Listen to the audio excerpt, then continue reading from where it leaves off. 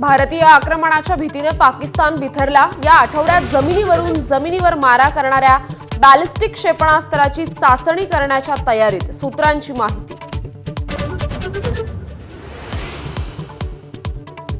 पाकिस्तानसोबत सुरू असलेल्या तणावादरम्यान भारतीय वायुदलाचं शक्ती प्रदर्शन, यूपीतील गंगा एक्सप्रेसवेवर air show, Rafale, Jaguar, Mirage या विमानांचं दिवसा आणि रात्रीही लँडिंग। भारताची ताकद फक्त हत्यारा नाही तर आपली एकता आहे। एकता मॉल्समुळे एकतेची भावना दृढ। देशातील अनेक शहरांमध्ये एकता मॉल्स बांधले जात आहेत। पंतप्रधान मोदींचं वक्तव्य।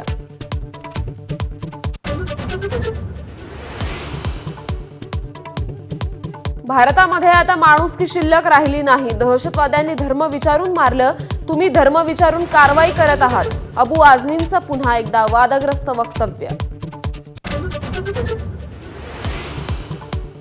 राष्ट्रवादी काँग्रेसकडून आज महाराष्ट्राच्या माजी मुख्यमंत्र्यांचा सन्मान। शरद पवार आणि उद्धव ठाकरेंना निमंत्रण दिलं का याची उत्सुकता।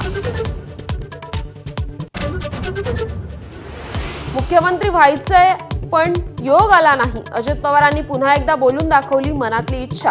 महायुतीत मुख्यमंत्री पदासाठी अजितदादा आशावादी। वेव्ह 2025 परिषदेत मुख्यमंत्र्यांनी केले 8,000 कोटींचे सामंजस्य करार। गोदरेजचा स्वतंत्र फिल्म सिटी तयार करण्याचा प्लॅन, शासनाची 2,000 कोटींची गुंतवणूक।